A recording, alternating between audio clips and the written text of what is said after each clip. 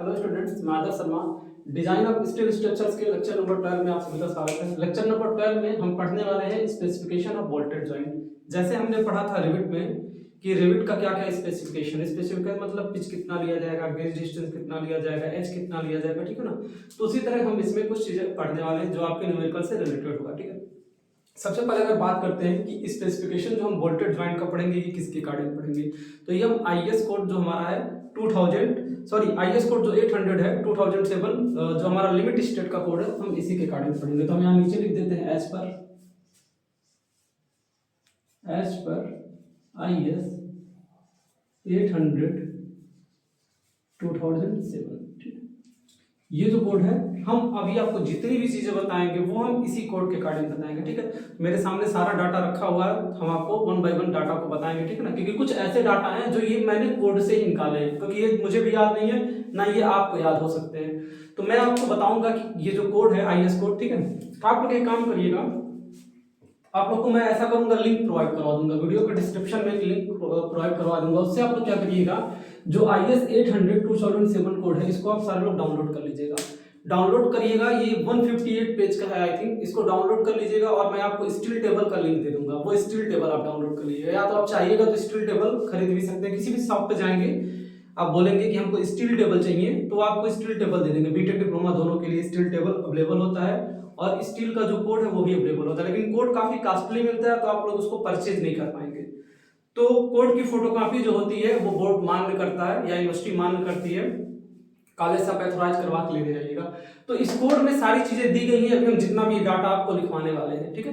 तो ये मैं सर को लिंक दे दूंगा, लिंक भेज दूंगा। तो ये दो लिंक से आप क्या करिएगा, आईएस कोड और स्टील टेबल डाउनलोड करके उसकी फोटो कॉपी निकाल लीजिएगा। जब भी मुझे आवश्यकता लगेगी तो मैं वो आपको पेज नंबर बता दूंगा या टेबल नंबर बता दूंगा रेफरेंस के लिए, वो चीज आप वहां से रेफर कर लीजिएगा। बाकी मेरे पास कोड है, जो चीज होगा मैं यहाँ बता दूंगा।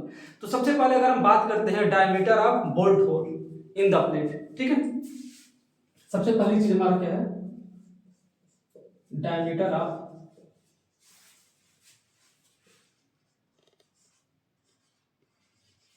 Bolt hole.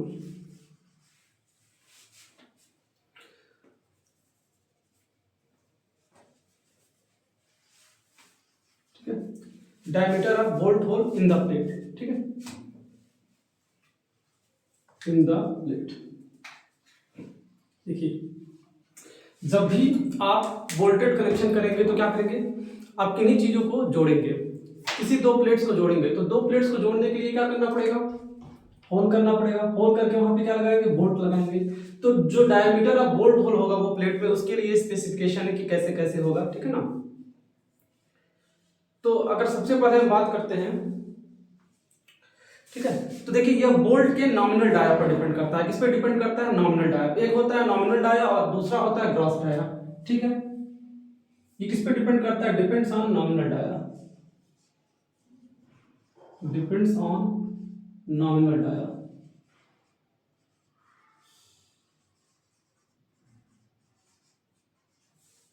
Depends on nominal diameter. ये किस पे डिपेंड करता है, आपका नॉमिनल डायमीटर पे डिपेंड करता है, ठीक है। नॉमिनल डायमीटर, नॉमिनल डायमीटर वो डायमीटर होता है जो आपकी बोल्ट का डायमीटर होता है। दूसरा कौन सा होता है, दूसरा आपका होल डायमीटर होता है। दूसरा आपका होल डायमीटर होता है या फिर ग्रॉस डायमीटर होता है,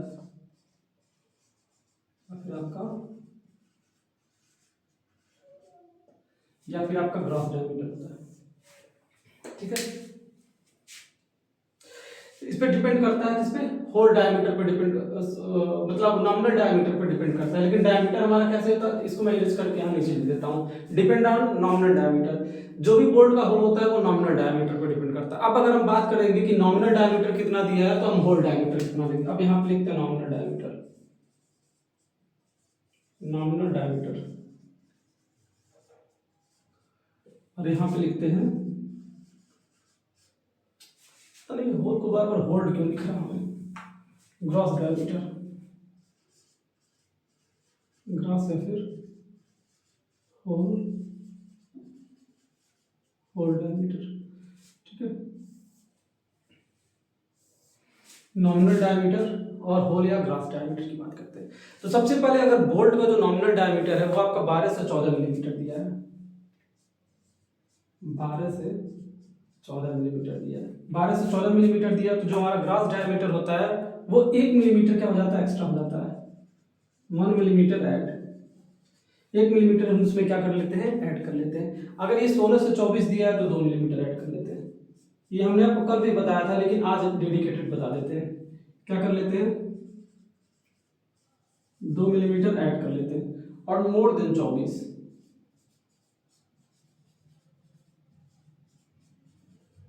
मोर देन 24 दिया गया है तो 3 मिलीमीटर ऐड कर लेते हैं। ठीक है, ये आपका क्या हो गया, होल और नॉमिनल डायमीटर का रिलेशन हो गया। इस तरीके से चीजें हम करते हैं। ठीक है, होल डायमीटर और नॉर्मल डायमीटर की ऐसे ऐसे वैल्यू लेते हैं। अब अगर आपका नॉमिनल डायमीटर ना दिया हो, नॉमिनल डायमीटर ना दिया हो तो हम क्या करेंगे, if nominal diameter is not given, nominal diameter अगर आपका ना दिया हो तो क्या करेंगे, तो हम इसको क्या करेंगे, अनविल्स फार्मूला से प्राप्त करेंगे। आपने पढ़ा होगा अनविल्स फार्मूला। अनविल्स फार्मूला हमारा क्या होता है, अनविल्स फार्मूला हमारा होता है d बराबर 6.05 अंडर 50। ये हमारा क्या होता है, ये हमारा अनविल्स फार्मूला होता है। यहां से हम क्या करेंगे, नॉमिनल डायमीटर प्राप्त कर लेंगे। ठीक है, नॉमिनल डायमीटर को हम क्या बोलते हैं, d बोलते हैं, और ग्रॉस डायमीटर को यहाँ पे क्या बोलते हैं, डी नॉट बोलते हैं। यही अगर हम बात करते हैं रिविट की, तो रिविट में हम इसको क्या बोलते थे, 5 बोलते थे और इसको हम डी बोलते थे। ठीक है, ये किसके लिए था, रिविट के लिए था, ये आपका रिविट के लिए था। ये चीज आप याद रखिएगा, इस चीज को आप भूलिएगा मत। ठीक है, ये रिविट के लिए था और वो उस चीज के लिए था। ठीक है,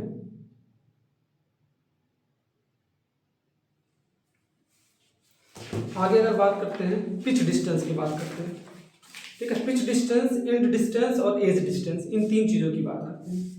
ठीक है, इसको इरेज कर देते हैं, फिर अगला बताते हैं आपको।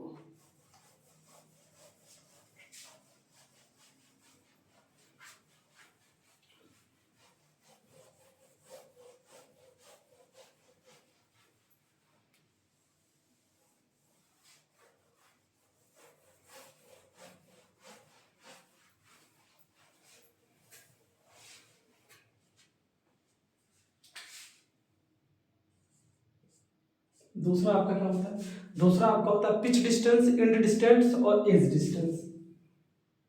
पिच डिस्टेंस सबसे पहले क्या ले लेते हैं, दूसरे का पहला पिच डिस्टेंस की बात करते हैं। तो अगर हम पिच डिस्टेंस की बात करें तो जो मिनिमम पिच डिस्टेंस होता है या मिनिमम जो आपका गेज डिस्टेंस होता है उसकी वैल्यू लिख लीजिए।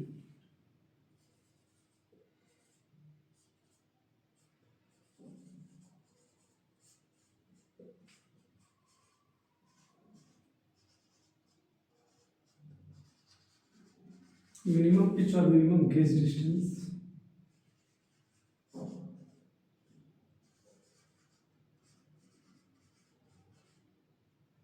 जो मिनिमम पिच और मिनिमम जो आपका गेज डिस्टेंस होता है, अगर हम इसकी बात करें तो ये कितना होना चाहिए,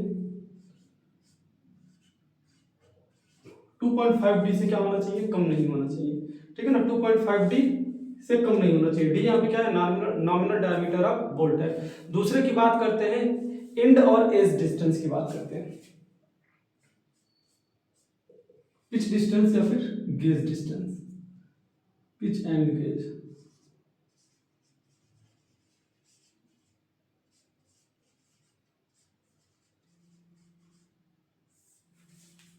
ठीक है, पिच और गेज डिस्टेंस की बात करते हैं।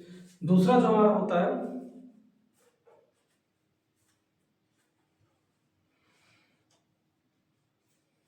एंड और एज डिस्टेंस,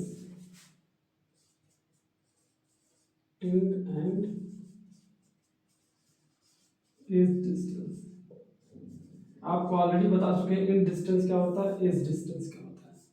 तो अगर इस चीज की बात करते हैं तो इसकी जो मिनिमम वैल्यू होती है वो 1.5d से कम नहीं होनी चाहिए। 2.5d था, ये 1.5d है। minimum end and edge distance should not be less than 1.5t, should not be less than 1.5t। ठीक है, क्लियर। अब उसके बाद आता है maximum end and edge distance. ठीक है, मैक्सिमम इंड और edge distance.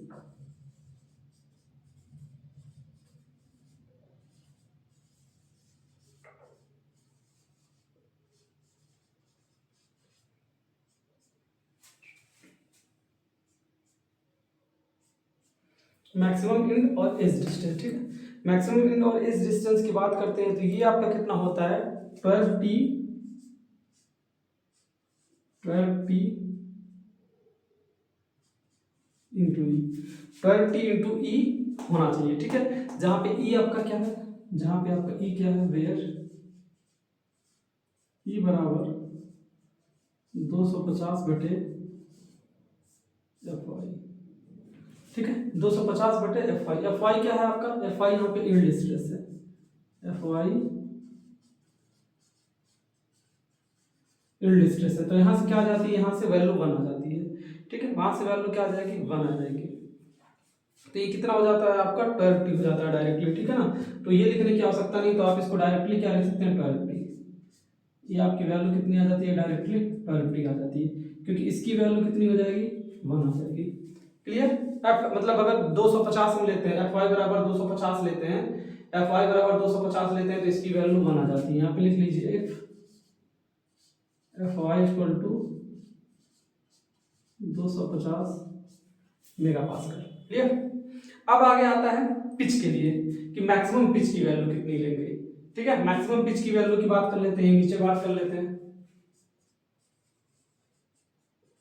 Maximum pitch, pitch के साथ गेज भी है।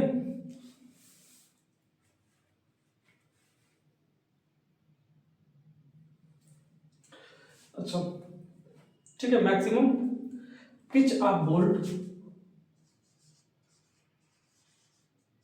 इन compression. Maximum pitch of bolt in compression. Compression में मैक्सिमम पिच की बात करते हैं, कॉम्प्रेशन जोन में पिच की बात करते हैं। तो इसकी जो आपकी वैल्यू होती है ये भी आपका सेम होता है, या तो 12t लेंगे, मतलब 12t से ज्यादा नहीं होना चाहिए, या 200। इन दोनों में से क्या एक लेते हैं, इन दोनों में से क्या लेते हैं, इन दोनों में से जो मिनिमम वैल्यू होती है वो लेते हैं। Take lesser one, take lesser one.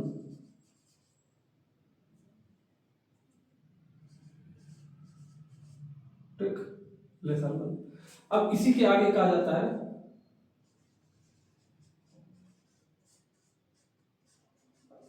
Maximum pitch of bolt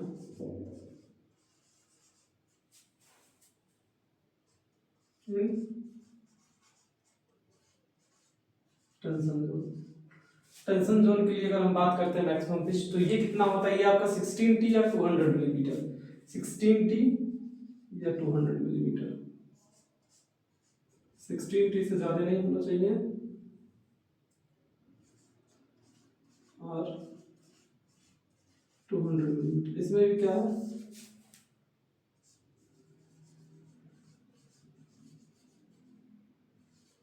ठीक, लेसर वन।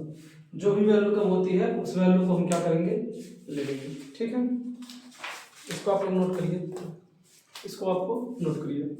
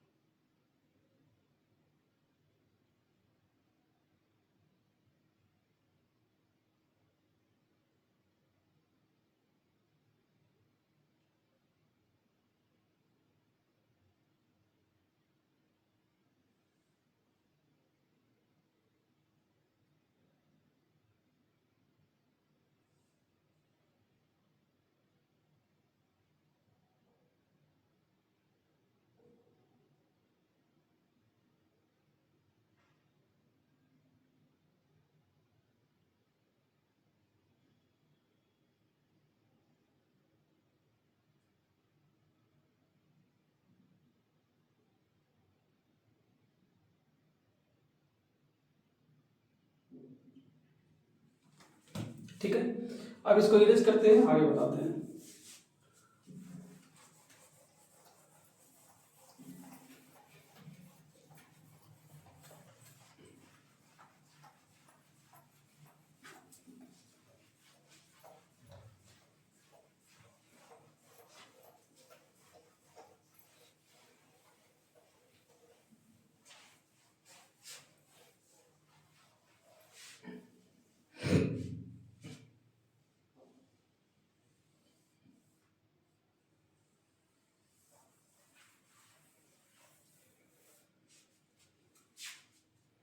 अगला आपका आता है failure of bolted joint. Next आपका आता है फेलियर ऑफ बोल्टेड जॉइंट।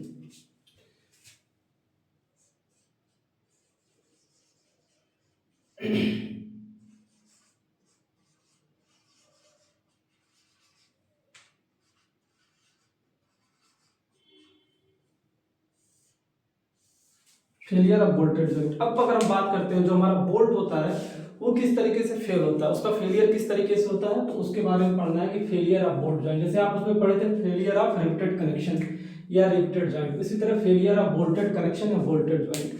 तो अगर इसमें हम बात करते हैं तो जो बोल्ट जोड़ है वो निम्न प्रकार से फेल हो सकता है। सबसे पहले अगर हम बात करते हैं फेलियर ऑफ बोल्ट की, तो ये क्या होता है, शियर फेलियर ऑफ बोल्ट। सबसे पहला अगर हम बात करते हैं कि शियर फेलियर ऑफ बोल्ट क्या होता है, देखिए शियर फेलियर ऑफ बोल्ट।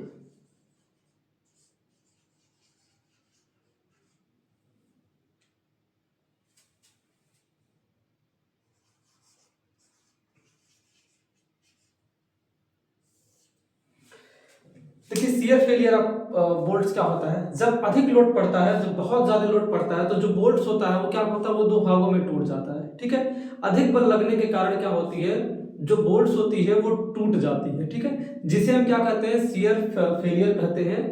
ठीक है, जिसे हम क्या कहते हैं, शियर फेलियर कहते हैं। तो इसमें क्या होती है, जो बोल्ट होती है वो टूट जाती है। ठीक है ना, तो इसमें आप ये भी कह सकते हैं कि इसमें जो प्लेट्स होती है वो काफी मजबूत होती है। ठीक है, प्लेट्स होती हैं वो काफी मजबूत होती है, या फिर आप ये कह सकते हैं जो बोल्ट होता है वो कमजोर होता है, या फिर आप ये भी कह सकते हैं कि ज्यादा लोड पड़ने की वजह से क्या होता है, जो शियर फेलियर ऑफ बोल्ट होता है वो अकर होता है आपका। ठीक है, शियर फेलियर ऑफ बोल्ट कैसे अकर होता है कि फोर्स के डायरेक्शन के समानांतर क्या हो जाते हैं, क्रैक्स डेवलप हो जाते हैं। जिस डायरेक्शन में फोर्स लगता है उसी के समानांतर क्या हो जाते हैं, क्रैक्स डेवलप हो जाते हैं। तो इस प्रकार के फेलियर को हम क्या करते हैं, इसको शियर फेलियर ऑफ बोल्ट्स कहते हैं। तो मैं इसको शब्दों में लिख देता हूं, ये क्या होता है, due to heavy load, due to heavy load, due to heavy load. Heavy load पड़ने के कारण इस प्रकार की चीजें होती हैं। हैवी लोड पड़ने के कारण क्या होता है, इनका शियर फेलियर होता है। दूसरा जो हमारा आता है, और ये टूट कर क्या होता है, दो पीस हो गया, due to heavy load broken into two piece, broken into two pieces. ठीक है, ब्रोकन इनटू टू पीसेस। आगे हम बात करते हैं, अगला हमारा होता है, ये देखिए, ये आपका सिंगल और डबल दोनों शियर में हो सकता है। It occurs in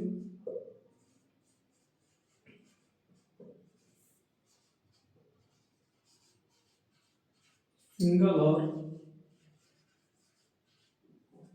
double shear.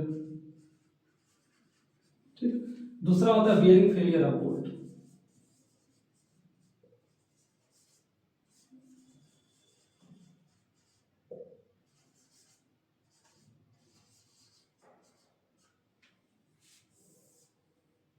Bearing failure of bolt, bearing failure of bolts की अगर हम बात करते हैं कि देखिए बियरिंग फेलियर कैसे होता है, तो बियरिंग फेलियर की बात करें, इसमें क्या होती है, इसमें प्लेट की सामर्थ्य ज्यादा होती है और बोल्ट की बोल्ट की जो सामर्थ्य होती है वो कम होती है, जिसकी वजह से क्या होता है, इस स्थिति में बोल्ट जो होता है क्या होता है, बोल्ट कुचल जाता है, या बोल्ट क्या होता है हमारा टूट जाता है। ठीक है ना, जो बोल्ट होता है, बोल्ट सर्कुलर शेप का होता है, लेकिन वो क्या होता है, वो इलिप्टिकल शेप में बदल जाता है। इसमें अगर हम बात करते हैं तो क्या होता है, plate is strong, plate is strong due to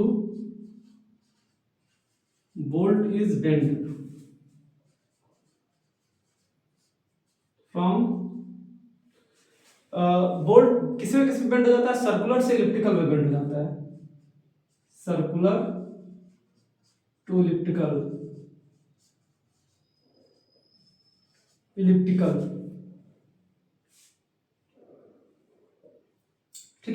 क्या होता है, बोल्ट जो होता है इलिप्टिकल बेंड हो जाता है। जैसे ये बोल्ट है तो ये क्या हो जाएगा, ऐसे टेढ़ा हो जाएगा। ये देखिए ये ऐसे जैसे बोल्ट है तो क्या हो जाएगा, इस तरह कुछ टेढ़ा हो जाएगा, इस तरह क्या हो जाएगा, कुछ टेढ़ा हो जाएगा, ठीक है ना। तो ये हमारा क्या होता है, ये हमारा बियरिंग फेलियर ऑफ बोल्ट होता है। बियरिंग फेलियर ऑफ बोल्ट में हमेशा ध्यान रखिएगा, इसमें क्या होता है, प्लेट जो होता है वो स्ट्रांग होता है। इसमें प्लेट क्या होता है, स्ट्रांग होता है, इसमें हैवी लोड की वजह से होता है, ठीक है। और ये सिंगल और डबल दोनों में होता है, ठीक है। बियरिंग फेलियर भी हमने आपको बता दिया कि bearing failure of bolt, bearing failure of bolt क्या होता है, ठीक है ना। अब अगर हम आगे बात करते हैं तो अगला हमारा होता है बियरिंग फेलियर ऑफ प्लेट्स। तीसरा हमारा होता है bearing failure of plates.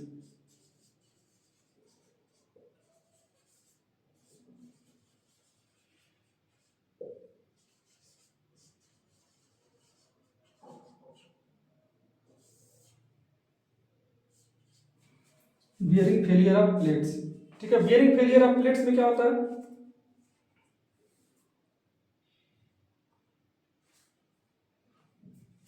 Bearing failure of plates में क्या होता है, जब भी प्लेट्स कसी हुई होती है उसके बोल्ट में, उसके बीच में बोल्ट लगता है, तो बार बार लोड पड़ने की वजह से, बार बार धक्का पड़ने की वजह से जो बोल्ट होता है वो क्या करता है, प्लेट के डायमीटर को काफी ज्यादा बढ़ा देता है, ठीक है। जो बोल्ट होता है वो क्या करता है, वो प्लेट के डायमीटर को काफी ज्यादा बढ़ा देता है, ठीक है ना। तो इस वजह से बियरिंग फेलियर होता है। इसमें आप कर सकते हैं, इसमें क्या होता है, bolt is strong, bolt is strong, इसमें बोल्ट स्ट्रांग होता है। दूसरा रीजन क्या है, due to continuous loading, due to continuous loading, ठीक है। ग्रॉस डायमीटर इज इंक्रीज या hole diameter is increase, hole diameter is increased, ठीक है। तो ये आपका क्या हो गया, बियरिंग फेलियर ऑफ प्लेट्स। जो प्लेट्स में डायमीटर बने होते हैं, जो कटे होते हैं, वो क्या होता है, हो जाते हैं, वो काफी ज्यादा बढ़ जाते हैं साइज में, तो इसी को हम क्या कहते हैं, यही हमारा कहलाता है बियरिंग फेलियर ऑफ प्लेट्स, ठीक है। इसमें क्या हो जाते हैं, बोल्ट का जैसे ही डायमीटर बढ़ता है, बोल्ट का डायमीटर नहीं बढ़ता है, होल डायमीटर इंक्रीज होता है, hole diameter is increase of plate, of plate, plate का होल डायमीटर क्या हो जाता है, इंक्रीज हो जाता है, जिसकी वजह से प्लेट क्या हो जाती है, खराब हो जाती है, ठीक है ना। आगे हम बात करते हैं टेंशन फेलियर ऑफ बोल्ट, ठीक है, टेंशन फेलियर ऑफ बोल्ट। चौथा हमारा क्या है, tension failure of bolt.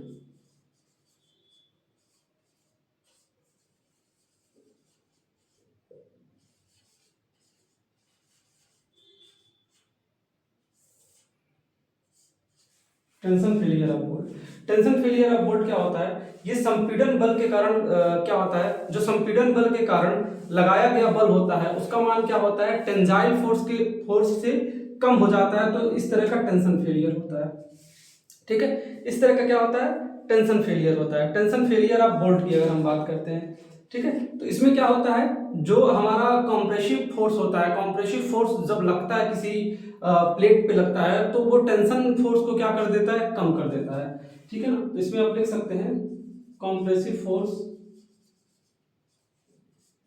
Force is more than the tensile, more than the tensile. Compressive force क्या हो जाता है, ज्यादा हो जाता है किससे, टेंजाइल फोर्स से ज्यादा हो जाता है, तब इस प्रकार के फेलियर देखने के लिए मिलते हैं, ठीक है ना। इस प्रकार के फेलियर देखने के लिए मिलते हैं जिसको हम टेंशन फेलियर ऑफ बोल्ट कहते हैं। आगे अगर हम बात आते हैं कि टेंशन फेलियर ऑफ प्लेट क्या होता है या टियरिंग फेलियर ऑफ प्लेट क्या होता है, पांचवा टेंशन या tearing failure of plate, tension या फिर टियरिंग, टेंशन और tearing failure of plate.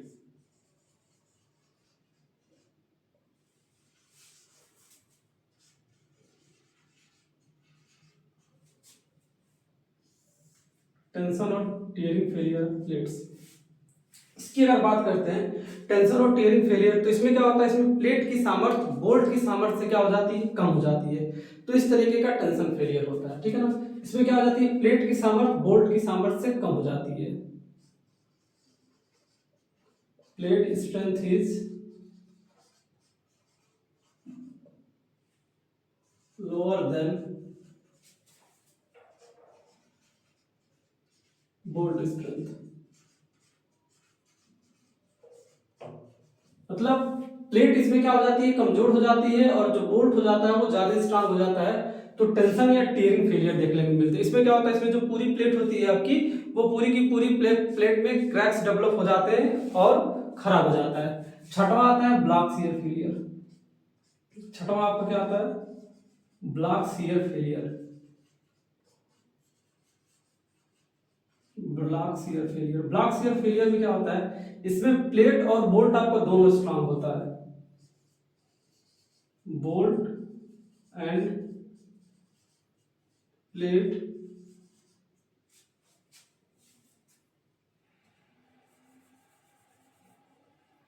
Bolt and plate both are stronger. इसमें दोनों का दोनों स्ट्रांग होता है। तो अगर ब्लॉक शियर फेलियर की बात करें तो जो हमारा बोल्ट होता है और प्लेट होता है वो दोनों कट जाता है, बोल्ट भी टूट जाता है और प्लेट भी कट जाता है, जिसको हम क्या कहते हैं, ब्लॉक शियर फेलियर कहते हैं। ठीक है, जिसको हम क्या कहते हैं, तो ब्लॉक शियर फेलियर कहते हैं। अब अगर हम आगे बात करते हैं डिजाइन स्ट्रेंथ ऑफ बोल्ट की, तो आप इसको नोट कर लीजिए, फिर हम डिजाइन स्ट्रेंथ ऑफ बोल्ट आपको बताते हैं कि डिजाइन स्ट्रेंथ ऑफ बोल्ट क्या होता है।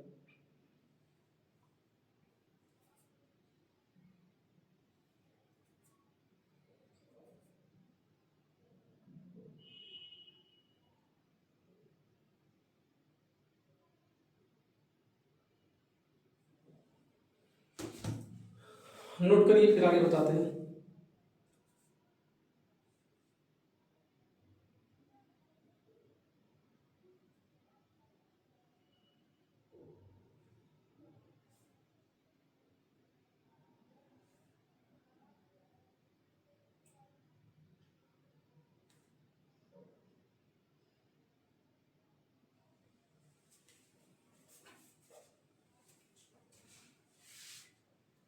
ठीक है, अब आई थिंक इसको यूज कर देते हैं।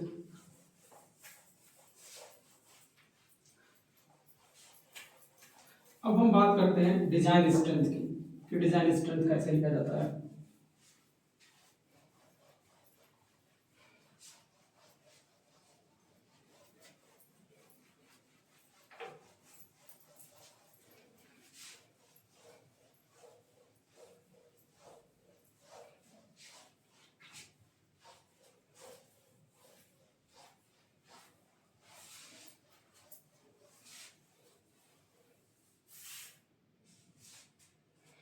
अगला हमारा आता है design strength of bolt. Design strength of bolt,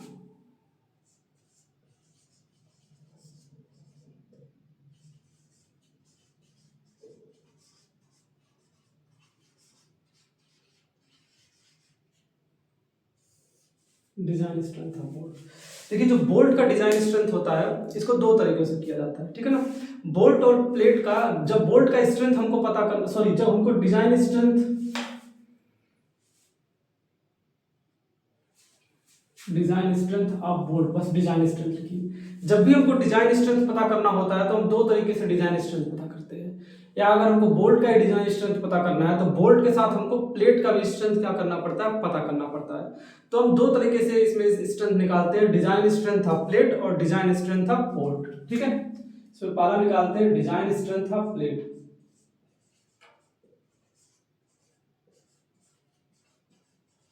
design strength of plate, और दूसरा होता है हमारा डिजाइन स्ट्रेंथ ऑफ बोल्ट।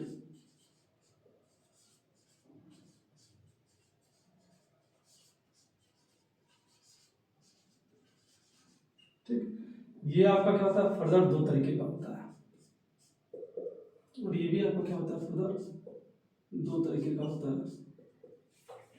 ये भी आपका फर्दर दो तरीके का होगा। अगर हम बात करते हैं design strength of plate, plate के डिजाइन स्ट्रेंथ की बात करते हैं तो इसमें दो फेलियर निकालना पड़ता है, एक सियरिंग और दूसरा रप्चर। सियरिंग मतलब प्लेट कट जाती है और रप्चर मतलब प्लेट फट जाता है। तो सियरिंग ऑफ प्लेट और rupture of plate, shearing of plate और rupture of plate.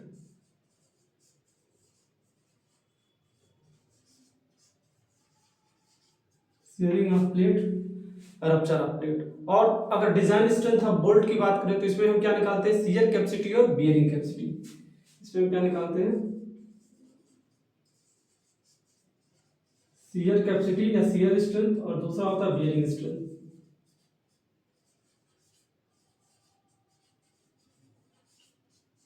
Bearing strength. ठीक है, इसमें दो चीजें निकालते हैं। तो सबसे पहले वन बाय वन देखते हैं, हम स्टार्ट करते हैं सबसे पहले शेयरिंग ऑफ एज की। ठीक है, shearing of edge, sorry shearing of plate, shearing, ये शेयरिंग ऑफ एज होगा और रप्चर ऑफ प्लेट होगा। शेयरिंग ऑफ एज होगा, मैं गलती लिख दिया हूँ, शेयरिंग ऑफ एज। तो इसी से स्टार्ट करते हैं सबसे पहले shearing of edge. Shearing of edge, ठीक है। शेयरिंग ऑफ एज की अगर हम बात करते हैं, शेयरिंग ऑफ एज की बात करते हैं तो देखिए एज मतलब क्या होता है, आपका किनारा होता है। शेयरिंग ऑफ एज फेलियर से बचने के लिए हमको क्या करना चाहिए, एज डिस्टेंस अच्छे से प्रोवाइड करना चाहिए। क्या करना चाहिए, to prevent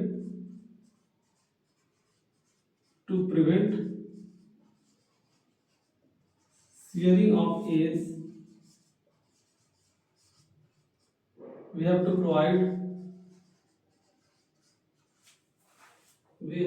provide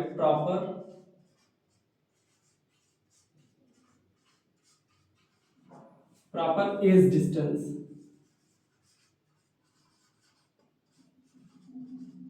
as distance आपको पता है, बोल्ट के किनारे से, बोल्ट के सेंटर के किनारे से साइड की दूरी। तो इसके लिए हमको क्या करना चाहिए, प्रॉपर एज डिस्टेंस देना चाहिए। फिर भी कितना एज डिस्टेंस देना चाहिए, अगर इसकी हम बात करते हैं तो जो हमारा एज डिस्टेंस होता है, जो हमारा एज डिस्टेंस होना चाहिए, कितना होना चाहिए, 1.75 डी, 1.75 डी के करीब ही होना चाहिए। ठीक है ना, ये हमारा क्या होना चाहिए, इतना एज डिस्टेंस होना चाहिए। इसके पहले भी हमने आपको एज डिस्टेंस के लिए बताया था कि एज डिस्टेंस कितना होना चाहिए। तो अगर आप वहां देखने की बात करते हैं तो एज डिस्टेंस हमारा 1.7 बताया था। ठीक है ना, 1.7 बताया था। तो हमने वहां आपको क्या लिखाया था, हमने आपको वहां पे 1.5 डी लिखवाया था। 1.5 डी होता है मशीन कट के लिए, ये किसके लिए होता है, ये हैंड कट के लिए। ये आपका किसके लिए होता है, for hand cut, for hand cut ज्यादातर यही लिया जाता है। और अगर ये आपका 1.5 डी होता है तो ये क्या होता है, फॉर मशीन कट। अगर मशीन के द्वारा एज काटा गया है तो ये होता है, और ऐसे काटा गया है तो ये होता है। ठीक है ना, इतना क्लियर होगा आपको, इसमें कोई कंफ्यूजन आपको नहीं होगी, उम्मीद है। अब अगर हम आगे आते हैं, आपका रप्चर ऑफ प्लेट क्या होता है, हमारा रप्चर ऑफ प्लेट, ये वाला रप्चर ऑफ प्लेट। रप्चर मतलब फट जाना, रप्चर ऑफ प्लेट, प्लेट का फट जाना। अभी तो क्या हो रहा है, शेयरिंग ऑफ एज हमारा खराब हो रहा है, दूसरा क्या है हमारा, प्लेट फट जा रहा है। तो प्लेट फट जाने के लिए फार्मूला होता है TDN इक्वल टू, फार्मूला लिखवा देते हैं, फार्मूले से सॉल्व होता है। ये आपको क्या होगा, 0.9 AN FU upon gamma ml, FU upon gamma ml। ठीक है, ये आपका क्या होता है। अब अगर इसमें बात करते हैं कौन सी चीजें क्या होती हैं, तो वो हम आपको क्या कर देते हैं, वन बाय वन सारी चीजें भी बाद में हम आपको लिखवा देंगे, जब शियर स्ट्रेंथ वगैरह बताएंगे तो बाद में लिखवा देंगे। अगर हम AN की बात करते हैं कि यहाँ पे AN क्या होता है, तो AN को हम यहाँ पे लिख सकते हैं, AN ऑलरेडी हम आपको बता देंगे क्या होता है, ये होता है आपका B minus D0 into N, B minus D0 N, या तो आप इसको ये लिख सकते हैं, और P minus D0 into N into T. ये हमारा क्या होता है, एल होता है। ठीक है ना, गामा ml की बात करते हैं तो गामा ml क्या होता है, पार्शियल फैक्टर ऑफ सेफ्टी होता है। गामा ml क्या होता है आपका, पार्शियल फैक्टर ऑफ सेफ्टी,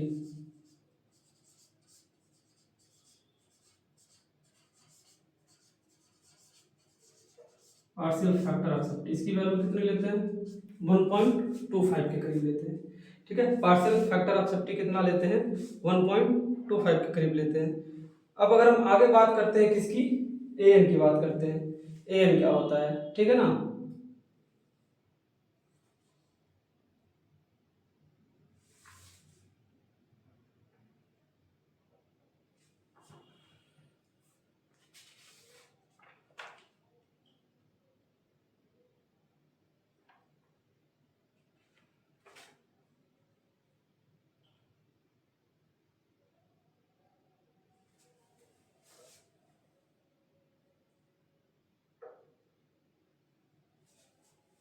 एक सेकंड रुक जाइए।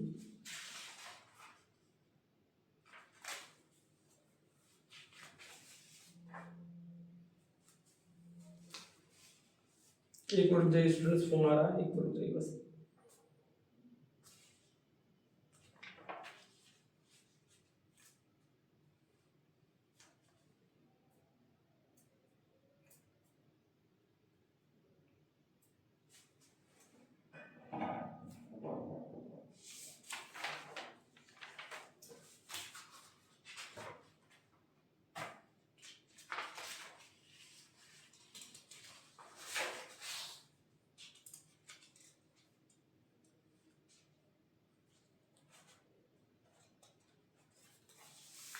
ठीक है, इसको ए एन बी कर लीजिए। ये क्या है आपका ए एन बी, ठीक है। ए एन बी है, ए एन बी आपका क्या होता है, अगर हम ए एन बी की बात करते हैं तो ए एन बी हमारा क्या होता है, एरिया ऑफ क्या होता है, ये बोल्ट सैंक होता है, ठीक है ना। बोल्ट सैंक या नॉमिनल डाई स्ट्रेस होता है, ठीक है ना। तो ए एन बी हम क्या होते हैं, ए एन बी हमारा क्या होता है, बोल्ट सैंक का nominal diameter, nominal diameter of bolt shank, nominal diameter of bolt shank, ठीक है ना। A N B nominal diameter of bolt shank, nominal diameter of bolt shank. आगे हमारा एफ यू की बात करते हैं तो एफ यू हमारा क्या होता है, rupture strength of plate, rupture strength of plate का क्या होता है, ये आपका रप्चर स्ट्रेंथ होता है प्लेट का, ठीक है। और एन बी क्या होता है, नॉमिनल डायमीटर ऑफ बोल्ट सैंक, जो बोल्ट सैंक होता है उसका नॉमिनल डायमीटर या बोल्ट सैंक का डायमीटर होता है, ठीक है। क्योंकि होल डायमीटर तो हम यहाँ ले नहीं रहे हैं, ठीक है ना। जल्दी नोट करिए, जल्दी नोट करिए, घर वाले भी हमेशा फोन करते रहते हैं बिना मतलब का। नोट करिए, फिर थोड़ी सी चीजें और है आपको हम बता के फिर जल्दी खत्म करें। अब हम आगे आते हैं डिजाइन स्ट्रेंथ ऑफ बोल्ट पे।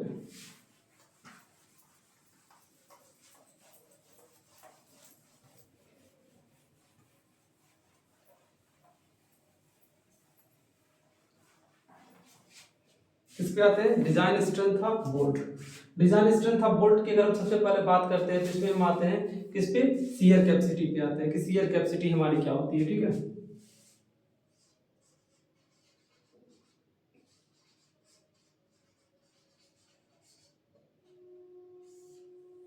शियर कैपेसिटी की बात करते हैं तो शियर कैपेसिटी का जो हमारा फार्मूला होता है, ये आप फार्मूला लिख लीजिए, क्या होता है, V S equal to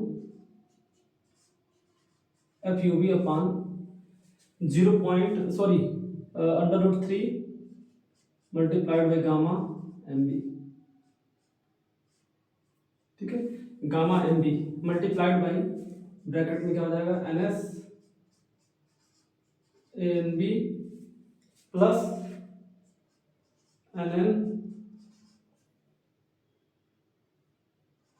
A N B, ये आपका ए एस पी होगा, ठीक है, मल्टीप्लाइड बाई टी।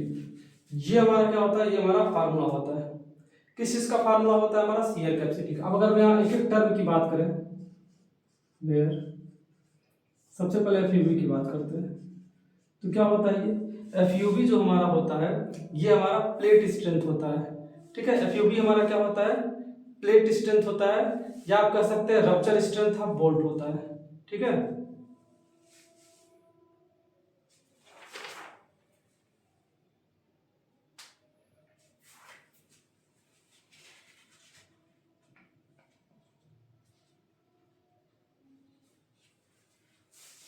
ठीक है, क्या कहता है, rupture strength of bolt, rupture या ultimate strength of bolt,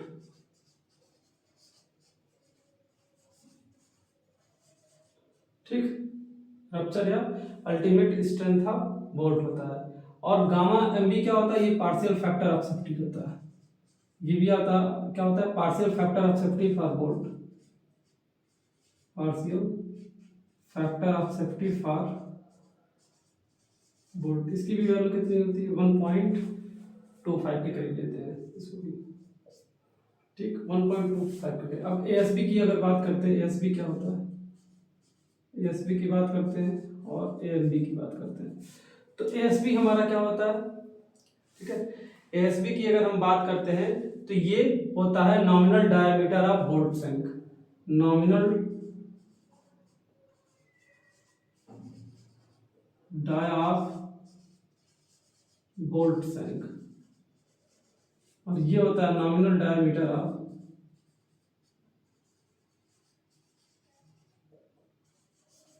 nominal diameter of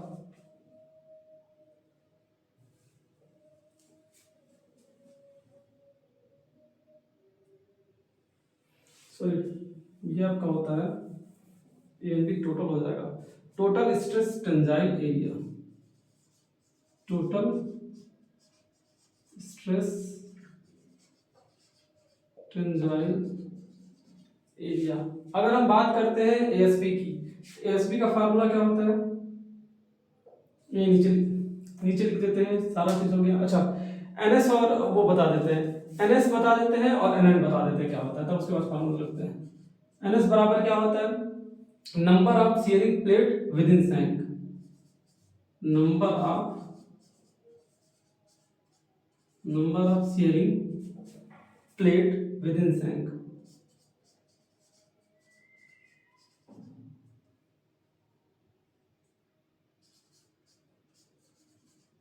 with in shank. ये आपका क्या है, ये आपका एनएस है। एनएस क्या होता है आपका, विदाउट थ्रेड, इसमें हम थ्रेड नहीं लेते हैं। ये आपका क्या होता है, विदाउट थ्रेड होता है, ये आपका विदाउट थ्रेड होता है। शियर प्लेन की संख्या या नंबर ऑफ शियर प्लेन, इसको आप क्या कर सकते हैं, number of shear plane, number of shear plane, ऐसे लिख लीजिए ना, नंबर ऑफ शियर प्लेन, बस इतना लिख लीजिए, नंबर ऑफ शियरिंग प्लेन। ये क्या होता है आपका, विदाउट थ्रेड, इसमें थ्रेड नहीं लेते हैं। और अगर एनएम की बात करते हैं तो ये होता है आपका नंबर ऑफ शियर प्लेन या शियरिंग प्लेन।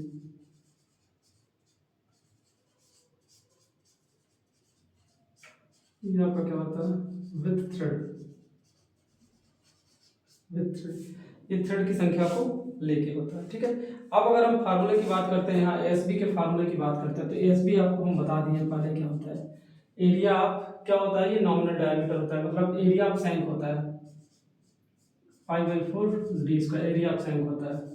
और एरिया सॉरी एएनबी क्या होता है, एरिया ऑफ थ्रेडेड एरिया होता है, एरिया ऑफ थ्रेडेड। तो क्या करते हैं, 0.78 मल्टीप्लाइड बाई 5/4 d² का मल्टीप्लाई कर देते हैं, ठीक है। ये सीधा आपका होता है शियर कैपेसिटी ऑफ बोल्ट में, ठीक है। और यहाँ पे टी नहीं रहेगा, यहाँ पे एन रहेगा, एन रहेगा, ठीक है।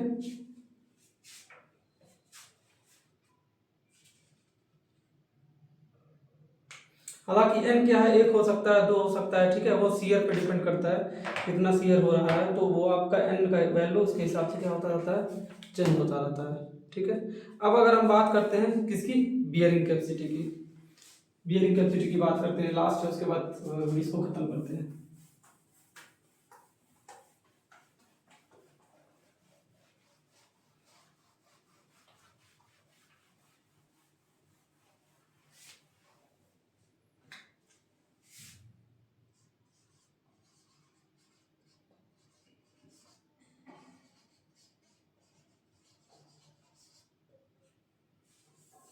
बियरिंग कैपेसिटी की बात करते हैं, तो बियरिंग कैपेसिटी का अगर फार्मूले की बात करते हैं तो इसका फार्मूला होता है BP equal to 2.5 multiplied by K B D into T into F U divided by gamma M B, ठीक है। गामा एम बी जहां पे क्या क्या होता है सब बता देते हैं देयर। गामा एम बी आपको हम पहले बता दिए, partial factor of safety, partial factor of safety for bolt. इसकी वैल्यू क्या होती है, इसकी वैल्यू 1.25 के करीब लेते हैं, ठीक है। इसकी वैल्यू क्या होती है, 1.25 के करीब लेते हैं। एफयू आपको ऑलरेडी बता चुके हैं, रप्चर स्ट्रेंथ ऑफ, एफयू हमारा क्या होता है, rupture strength of plate, rupture या अल्टीमेट।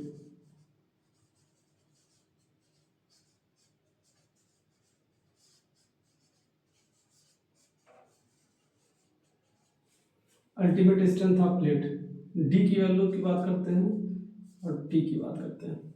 तो हमारा यहाँ पे डी क्या होता है, डी नॉमिनल डायमीटर होता है,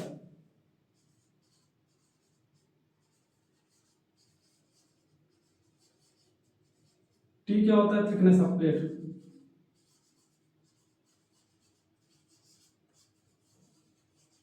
थिकनेस ऑफ प्लेट। अब लास्ट में हमारा क्या बच गया, केवी बच गया। कि केवी क्या होता है, तो देखिए केवी की अगर हम बात करते हैं तो केवी की यहाँ पे कुछ वैल्यू होती है। केवी बराबर क्या होती है, E/3 D0, E/3 D0। दूसरी वाली वैल्यू होती है P/E D0, 3 D0 माइनस 0.25, दूसरी वैल्यू। और तीसरी होती है FUB/FU। इसमें से क्या होता है, टेक मिनिमम, टेक एक और होता है, चौथा क्या होता है, चौथा वन होता है, चौथा क्या होता है, चौथा वन होता है। चौथी वाली वैल्यू की बात होती है, वन होती है। तो इसमें से क्या होता है, FUB का जो मिनिमम वैल्यू होता है वो एक से अधिक नहीं होना चाहिए, केबी का जो मिनिमम वैल्यू है वो एक से अधिक नहीं होना चाहिए, ठीक है ना, एक से अधिक नहीं होना चाहिए। इनमें से क्या होना चाहिए, मिनिमम वैल्यू लेते हैं, तो यहाँ हम लिख सकते हैं take minimum of them, take minimum of them. इसमें से क्या, जो वैल्यू मिनिमम होगी वो ले सकते हैं, या तो हाँ, या तो मिनिमम ले सकते हैं, या तो इसकी वैल्यू एक से कभी कम नहीं होगी। केबी विल नेवर लेस देन 1, माना केबी कुछ नहीं आ रहा है तो एक से कम नहीं होना चाहिए, ठीक है ना। केबी का मान एक से, केबी विल नेवर ग्रेटर देन 1, एक से ज्यादा नहीं होना चाहिए, ठीक है ना, एक से ज्यादा नहीं होना चाहिए। KB will not greater than 1, greater than 1, तभी तो केस होगा ना। समझिए इसकी वैल्यू 5 आ गई, 7 आ गई, 6 आ गई, यहाँ 1 है, तो इसमें से मिनिमम लेना है, तो मिनिमम आपको एक लेना ही लेना है किसी कंडीशन में। तो इसकी वैल्यू एक से ज्यादा नहीं होनी चाहिए, जो कि हालांकि होता भी नहीं है, एक से ज्यादा कभी जाता भी नहीं है। अब अगर बात आती है कि NS और NN अगर आपको कहीं नहीं दिया है तो आप क्या करेंगे, NS और NN कहीं आपको नहीं दिया है तो उस केस में क्या करेंगे, हम आपको बता देते हैं। इफ NS और NN is not given in numerical, is not given in numerical, अगर आपको न्यूमेरिकल में नहीं दिया तो आपको सिंपली क्या करना है, NS की वैल्यू को 0 मानना है, NN की वैल्यू को 1 मानना है। NS बराबर 0 एंड NN बराबर 1, आप इसको एज्यूम कर लेंगे। एक पॉइंट और छोटा सा, कभी कभी क्या होता है, जो FU और FUB होता है इसमें से हमको एक वैल्यू को चूज करना पड़ता है। तो जो FU की वैल्यू होती है वो हमेशा और हमेशा क्या होती है, FUB से कम होती है, ठीक है ना। देखिए FU क्या है, आपका रप्चर स्ट्रेंथ ऑफ प्लेट, मतलब प्लेट का रप्चर स्ट्रेंथ है या मैक्सिमम स्ट्रेंथ है या अल्टीमेट है, जहां पे जाके वो फट जा रहा है। FUB क्या होता है, रप्चर स्ट्रेंथ ऑफ बोल्ट होता है, जहां पे बोल्ट जाके फट जा रहा है, ठीक है ना। तो आज के वीडियो लेक्चर में बस इतना ही, क्योंकि हमने आपको सारा कॉन्सेप्ट बता दिया। अब बात आती है इसकी न्यूमेरिकल्स की, तो कल से हम क्या करेंगे, इन सारी चीजों पे न्यूमेरिकल लगाएंगे। देखिए अगर आपको कोई भी न्यूमेरिकल देता है तो न्यूमेरिकल में आपको क्या पूछेगा, डिजाइन स्ट्रेंथ ऑफ बोल्ट निकालिए। अगर आपसे सीधे पूछता है कि हमको प्लेट का ही निकालना है तो आप क्या करिएगा, इन दो फार्मूलों का यूज करिएगा जो कल बताएं। और अगर आपको बोलता है दोनों बोल्ट का तो इन दोनों को यूज करिएगा, या आपको टोटल स्ट्रेंथ निकालने के लिए बोलता है तो आप उनमें से कंपेयर कर लीजिए, जो मिनिमम वैल्यू है वही आपकी क्या हो जाएगी, स्ट्रेंथ हो जाएगी, क्योंकि हमको पहले ही पता चल जा रहा है कि हमारा फेलियर कहाँ हो रहा है, तो वही हमारी क्या होती है, मैक्सिमम वैल्यू होती है। ठीक है स्टूडेंट्स, फिर आज के वीडियो लेक्चर के लिए इतना ही, मिलते हैं कल नेक्स्ट वीडियो लेक्चर में। Thank you.